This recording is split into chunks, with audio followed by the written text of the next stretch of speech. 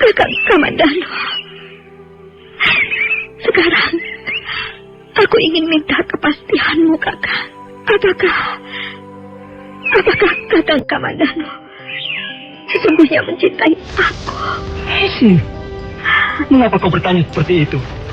Tentu saja aku mencintaimu. Kau adalah istriku. Kau akan segera sembuh, Mesin. Dan kita akan hidup bahagia selama-lamanya. Jadi, kau benar-benar mencintaiku, Kakak. Kakaknya mengajak, Kamandanu. Wajahnya menjadi sangat pucat. Kakak Kamandanu, aku titipkan Aiwandira dan Pandi Ketawa. Carilah mereka.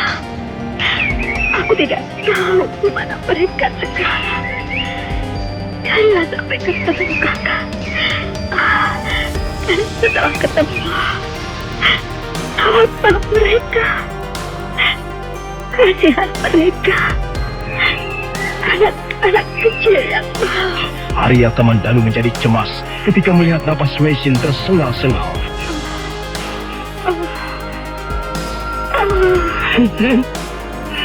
Mesin! Oh. Mesin! Mesin! Oh. Mesin! Mesin! Mesin! Mesin! Tutur Tinula. Lihatlah Sakawuni. Lihatlah istriku ini. Dia sudah meninggalkan kita. Apakah benar-benar dia sudah meninggalkan kita, Kamandanu? Lihatlah. Dia sudah tidak bergerak-gerak lagi. Apa saya sudah tidak berdesah lagi? Dia sudah meninggalkan kita, Sakawuni. Mesin. Maafkan aku, Mesin. Aku berdosa besar padamu. Apa aku harus menebus dosa-dosaku ini? Iya. Nampaknya dia memang sudah meninggalkan kita, Kamandanu. Aku menyesal sekali. Selama ini aku telah seringkali membuat hatinya sakit. Selama ini aku telah menyia-nyiakan cintanya. Dia adalah seorang istri yang sangat baik. Dia adalah seorang wanita yang berbudi luhur. Hatinya seperti emas. Jiwanya laksana intan berkilauan.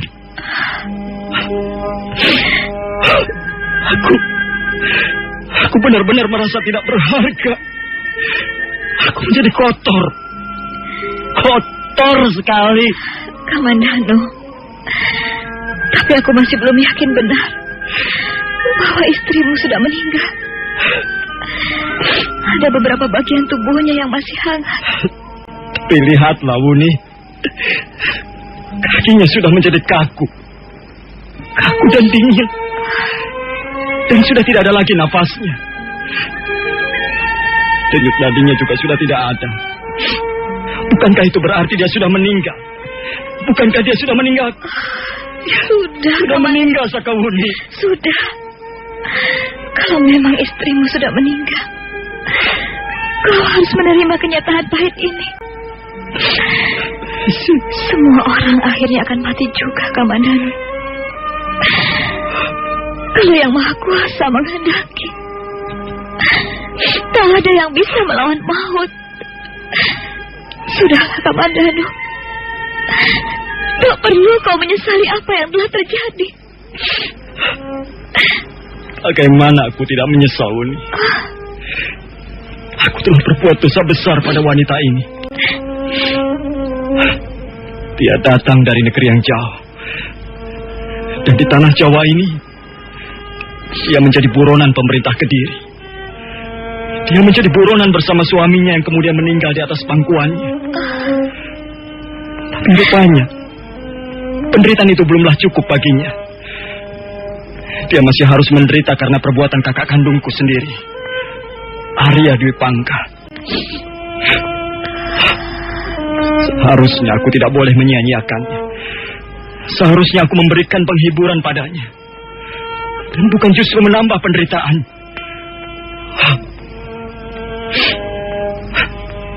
Maafkan aku, Mesin.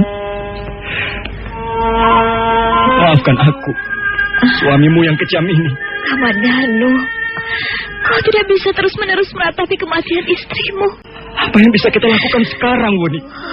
Sebaiknya kita angkat istrimu dan kita bawa ke atas sana. Kita baringkan dia dalam kubuknya. Tapi gubukku sudah habis terbakar. Tapi kita tidak bisa terus-menerus berada di tempat ini, Kamandanu.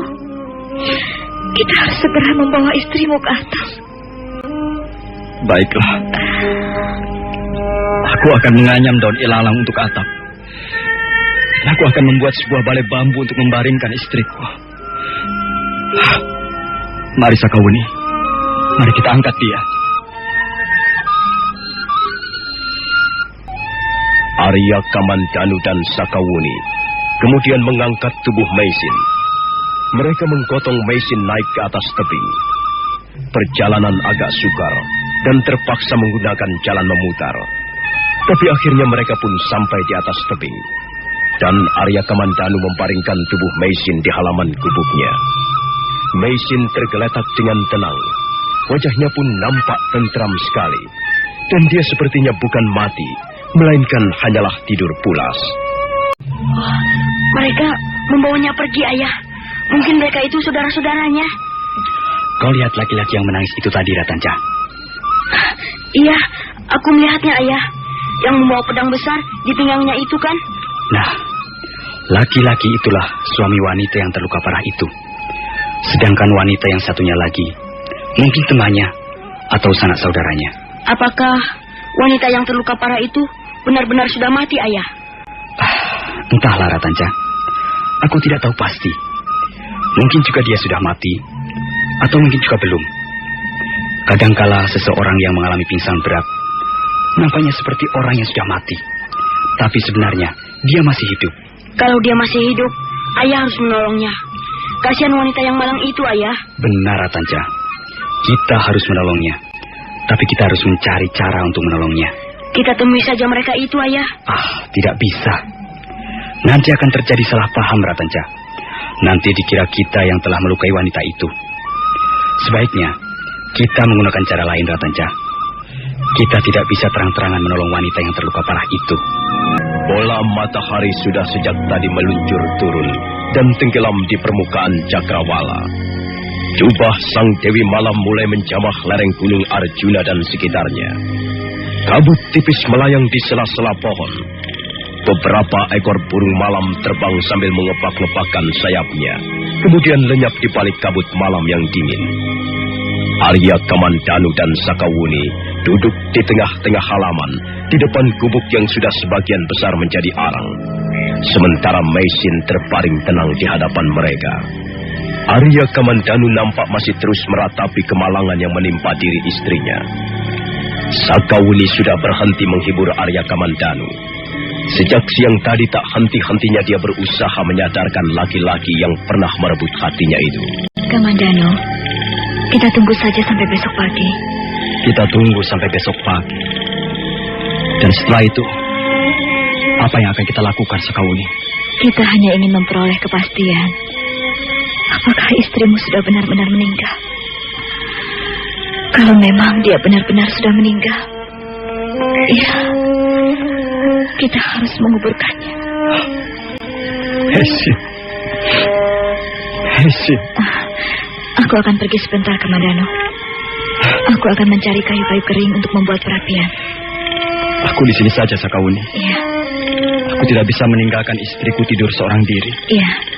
Memang sebaiknya kau di sini menunggu kakak Meisin. Apakah kau masih menyimpan batu api? Iya. Aku masih menyimpan beberapa potong. Kalau begitu aku pergi dulu ke Madano. Kau tidak usah pergi terlalu jauh, Wuni. Di belakang gubuk ini banyak sekali ranting-ranting kering. kau bisa mendapatkannya dengan mudah. Sakawuni tidak menjawab.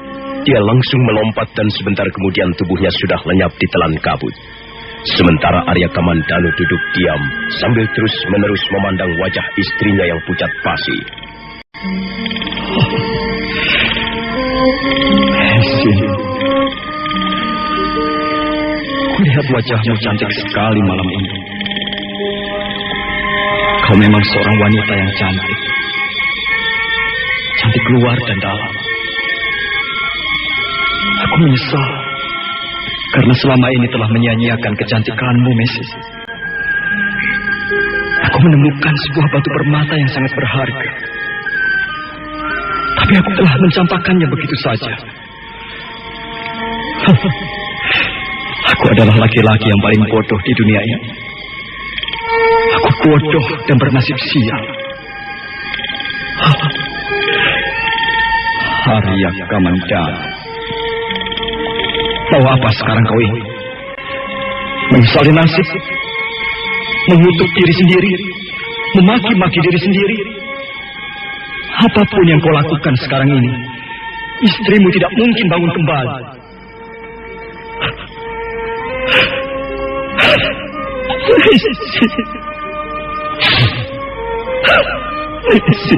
Istriku. Untuk sesaat lamanya, Arya Kamandanu terus menangis terseduh-seduh. Sekali waktu dia menggoncang-goncang kembali tubuh Mesin, tapi Mesin tetap diam tak bergerak. Dan Arya Kamandanu nampak semakin sedih dan berputus asa. Mendadak dia terkejut. Ada suatu benda kecil menimpa keningnya. Dan benda itu kemudian jatuh ke wajah Mesin.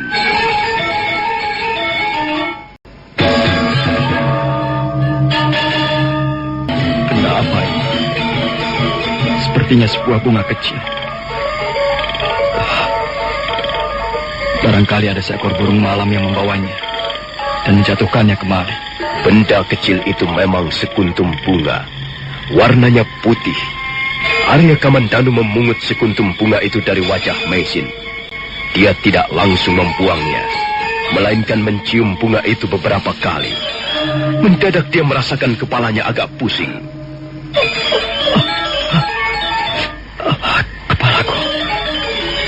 Kepalaku pusing sekali.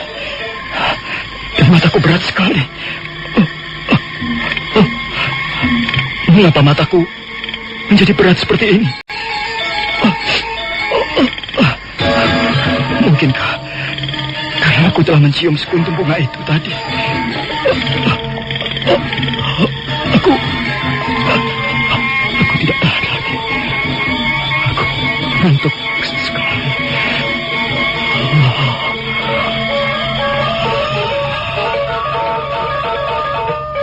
Arya Kamandanu merasa tidak kuat lagi. Dia diserang kantuk yang sangat hebat. Dia berusaha bertahan. Dia berusaha melawan kantuk. Tapi akhirnya tubuhnya tersungkur di sebelah Mesin. Sementara itu, Sakawuni masih sibuk memotong ranting-ranting kering untuk menyalakan perapian. Setelah dirasa cukup, Sakawuni lalu mengikat ranting-ranting kering itu menjadi satu. Kemudian dia menjinjingnya pergi. Tapi Sakawuni menjadi sangat terkejut begitu tiba di halaman gubuk. Kamandanu! Kamandanu! Oh, apa yang telah terjadi? Di mana kakak Mesin? Kamandanu! Kamandanu! Apa yang kau kerjakan, Kamandanu? Mengapa kau tidur? Aku seperti terkena aji sirap Sakawuni. Aku ngantuk sekali. Aku tidak tahan. Lalu aku jatuh tertidur. Apa yang terjadi, Sakawuni? Lihat, Kamandanu. Lihat. Istrimu tidak ada. Apa? Mesin tidak ada. Mesin tidak ada.